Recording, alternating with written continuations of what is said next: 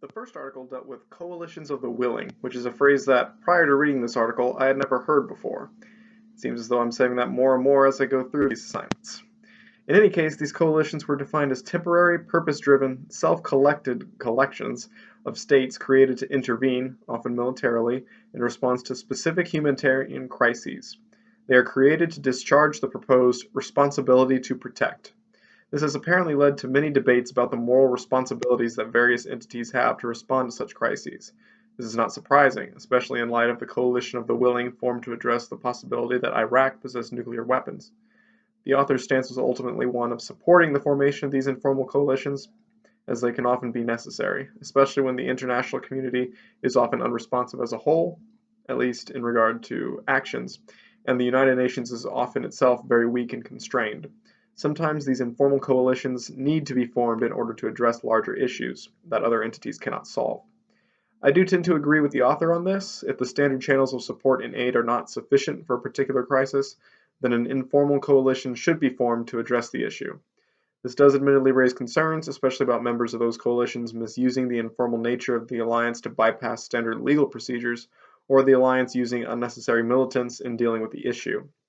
However, in my mind, I believe that there are cases where such risks are justified, especially in the light of the numerous human rights violations in the past and in the present, such as in Venezuela and Yemen being examples. I don't necessarily believe that these warrant a response, such as a coalition of the willing as of now, but I'm just using them as examples of human rights violations.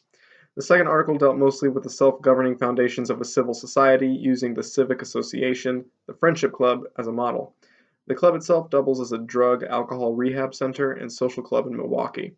It is run by and for the members themselves in a style of self-government reminiscent of the older United States political system. The author dealt with much how, at the 20th century, progressive theorists believed that social science would help to reform America to better accommodate the rapid changes the country was facing, such as urbanization and industrialism. Due to the sharp rise in social scientists, political theory was then delegated into the hands of a few elite experts rather than remaining in the hands of the common people with their older ideologies and values that were not translating very well into scientific impartiality. Nowadays, that system has evolved into various philosophies by both the right and the left into the practice of either the government or elites reaching down to help citizens, rather than the citizens governing themselves. And most of the discussion of a civil society also tends to revolve around what is known as the nonprofit sector, which has essentially become a federally funded conglomeration of organizations providing social services to people while disenabling them to advocate for themselves. These entities are often very centralized, like our own government, and can take power away from people in order to provide them with these social services. With this in mind, I agree with the author when he claims that it is now even more crucial for civic associations like the Friendship Club to exist and help citizens learn how to govern themselves. It is an encouraging note that organizations like the Friendship Club can often be found flourishing under harsh societal conditions. Places like the Friendship Club can give people ways of gaining control over their lives rather than succumbing to dependency on the benevolence of others. With a framework like this, even the people who the normal institutions have failed and ignored can gain hope and community, and what's more, the knowledge that they themselves helped to build that community. This ideal of is of far-reaching importance because a society that is always growing more dependent on others does not seem to be a sustainable one. There will always be more dependents than providers under a system like this, instead of everyone striving together under a common goal of making not only their individual lives better, but also society better as a whole. One last point that I found interesting was his connection drawn between Christianity and civic organizations. This point really reminded me of both Bowling Alone and the article from last week, Religion as a Path to Civic Engagement. Bowling Alone, in that it advocated for a megachurch model of civic engagement to be encouraged, and the Religion as a Path to Civic Engagement, because obviously like that article, this one pointed out that religion is crucial to bring people together and can be a powerful force for civic engagement. And all of those ideas were tied into this article, stating that religion is essentially a powerful force for both bringing people together and a good model for a civil self-governing society. The last article that discussed the current rise in social media and its impact on social campaigns. As a base of discussion, the hashtag #ILookLikeAnEngineer movement was examined. Overall, when looking at the definitions provided by others for social movements, it was determined that they must have at least three main characteristics. They must have a network of informal interactions among diverse groups of individuals, groups, or organizations. The network must be engaged in some form of political or cultural conflict, and the network must share an accepted sense of shared collective identity. When examining the basic functions of social media, it becomes obvious that such a tool would quickly enable the average person to take part in a system such as this. The hashtag #ILookLikeAnEngineer campaign is not the only basis for this. There have been several other campaigns that have either started or been perpetuated on social media. The most recent one, at the case of sounding a little less serious, was the Storm Area 51 campaign that plagued the country. Just because of one joke made on social media, millions of members of the meme culture took to social media to join the cause.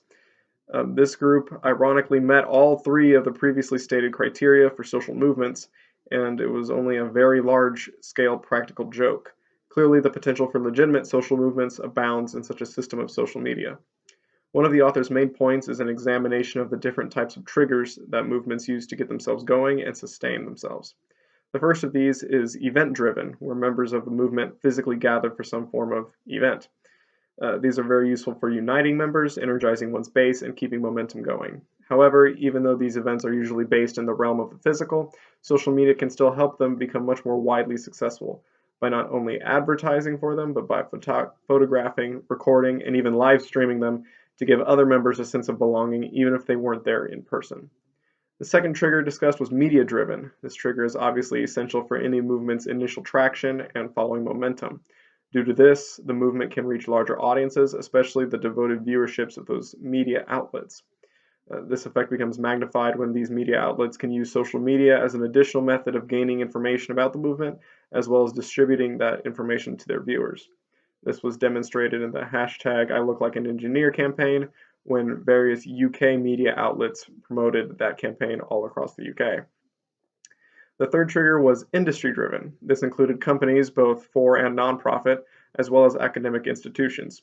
This trigger really reminded me about the article we read dealing with corporate social responsibility and how these industries can use social movements and social media along with them to strive for good PR and recruiting. The author addressed this in her article as well. The last trigger is personality-driven, which makes use of social media personalities and other celebrities to advance the cause further by putting a publicly recognizable name behind the movements. These triggers have all obviously been enhanced by the growth of social media and often work in conjunction with each other and social media outlets to keep movements going. The article ended with some criticisms of digital activism. The first few I actually tend to view as good things rather than bad. The criticisms were that digital activism is too passive with a low barrier of entry and deals with relatively effortless participation. I would argue that these are all good things, as they appeal to the common person who, while they are supportive of the cause, have bigger troubles to worry about in their lives right now. If not much work at all is required of them to participate, they might very well be willing to, whereas if the barrier of entry was higher and more work was required of them, they might be tempted to simply let the situation be. This more passive form of activism does not, however, bar those who are more passionate from doing even more to further their cause. However, it will likely be more effective in reaching far more everyday people. The final criticism was that digital activism tends to lack tangible or quantifiable results and has a distinct lack of accountability for those results, which is inarguably bad.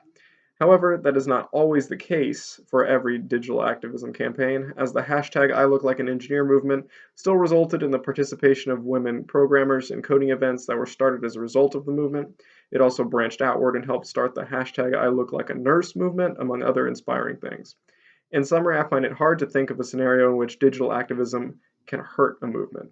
Perhaps if it were the only method utilized at all, and those who were utilizing that method did so in a poor manner, that would not be ideal. But used in conjunction with other established methods of perpetuating a movement, social media can be an extremely powerful force for disseminating information and keeping the fire of social movements burning.